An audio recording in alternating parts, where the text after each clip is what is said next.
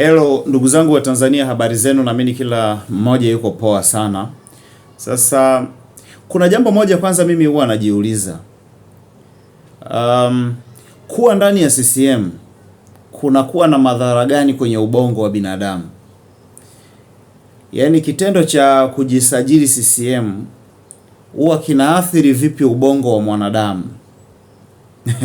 Kwa sababu watu wa CCM, mtu anaweza akasimama kuzungumza jambo akazishangaza mpaka sanamu zikatikisa kichwa. Kwa nini watu wa CCM mnaamini kwamba mtu kulipenda taifa lake ni kuwachukia viongozi wenu? Mtu kulipenda taifa lake ni kuwachukia viongozi wenu. Kwa nini mnaamini hivyo? Sasa swali langu hapa unaweza usilielewe. Iko hivi. Mtu yoyote ambaye utamwona anaongea sana kwa kupambania maslahi ya taifa lake, kwamba taifa lisiwe na mikataba mibovu, taifa lisiwe na manyanyaso kwa raia wanaoliunda taifa husika, taifa lisiwe na utekaji, taifa lisiwe na matumizi ya nguvu na ukatili kwa raia wake, taifa lisiwe na kutekana, taifa lisiwe na mauaji yoyote. Huyu mtu anayekataa haya, kwa nini watu wa CCM mnaamini ana chuki na viongozi wenu wa CCM? Tumieni basi ile akili, tuseme hamna kabisa akili nyinyi na viongozi wenu, lakini tumieni basi ile inayowasaidiaga kwenda chooni, kuvaa nguo na kujitambua kwamba nyinyi ni wa kike na wa kiume. Tafakarini, ni kwa nini mtu anayepigania na kuzitetea rasilimali za taifa lake alilopewa na Mungu, huyu mtu mnahisi ni adui wa viongozi wenu? Na natamani kujua ni kwa nini huwa mko hivyo watu wa CCM, kwa sababu inanichanganya. Hawa akina mzee Warioba ni wazee ambao wanalijua taifa kuliko sisi mabarobaro wote wa kipindi hiki, wa kuanzia mwishoni mwa miaka ya 80 kushuka mpaka 90 kuja mpaka hapa. Wote hawa akina Warioba wanajua Tanzania vizuri.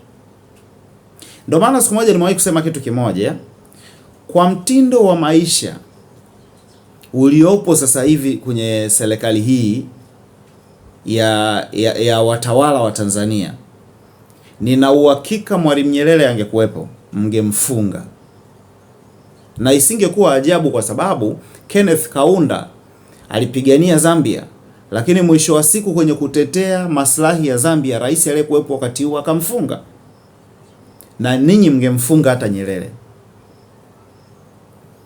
Yule mzee anakuwa na shida gani anaposhauri? Au kwa sababu unajua kuna ushauri wa huko ndani, lakini ukiona watu umewashauri sirini hawaelewi,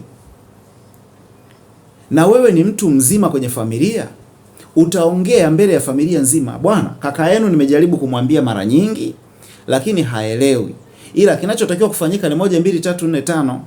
Kwa sababu kama jogoo kule kashindwa kuelewa, labda vifaranga chini wataelewa. Ndio linakuwa lengo la watu kama akina mzee nani, mzee Warioba, kusema kwamba amekwenda Ikulu, ametoka akaongea mtandaoni, labda akakuta sikio la kufa huko Ikulu. Unajua uzalendo ni sawa na imani ya dini, ikisha kuwa moyoni inawaka kuongea.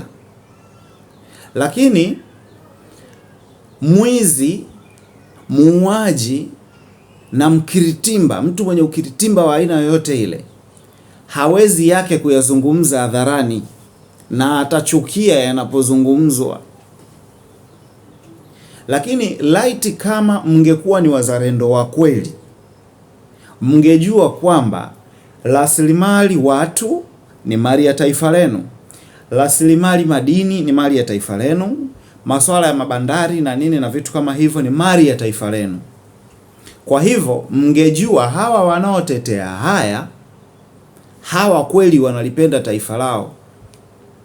Sasa ninyi hamjawahi kutetea haki ya mtu, mnapuuza vifo vya risasi za watu walivyokufa, mnapuuza mtu akitekwa, mnapuuza mikataba, rasilimali zikichukuliwa kwa mikataba ya hovyo hovyo, alafu unakuja kuwaponda watu ambao wanasema watu wasitekwe, watu wasifanywe. Jamani, mtu anaweza akawa mhalifu, hatujawahi kukataa mhalifu kukamatwa, lakini anakamatwaje? Zifuatwe sheria za ukamatwaji, mahakama zipo, majaji wapo, mahakimu wapo, wanalipwa mishahara kwa kodi za Watanzania. Mtu akamatwe, apigwe pingu, apelekwe pale, ahukumiwe, watu wote wajue alifungwa kwa kosa fulani na yuko gereza fulani, alikamatwa na polisi waliovaa sare fulani. Sasa watu wakikataa vitu vya hivyo, nyie mnawaona maadui. Hebu naombeni mniambie, kuna shida gani unapokuwa tayari umekuwa CCM? CCM na ubongo wa mwanadamu vina mahusiano gani? Uzalendo umewapotea CCM. Hakuta kitoto kidogo sio kina miaka 30 unaenda kubishana na hoja za mzee Warioba. Aisee, CCM inakwaza sana. Inakwaza sana. Anyway, mataifa yetu ya Afrika tumeona Yoweri Kaguta Museveni, Uganda, naye kachukua. Lakini huyu Museveni ndo mtu ambaye alisimama akasema kwamba maradhi makubwa yanayotafuna nchi za Kiafrika ni kwa sababu ya viongozi wanaopenda kukaa madarakani muda mrefu. Ila yeye ambaye ni mzee amekuwa mfano wa kuigwa kwa kuendeleza ubabe na ukatili. Tuna safari ngumu sana Afrika. Mungu ibariki Afrika, Mungu ibariki Tanzania. Tuendelee kusubscribe Kobe TV. Muwe na siku njema na Jumapili njema.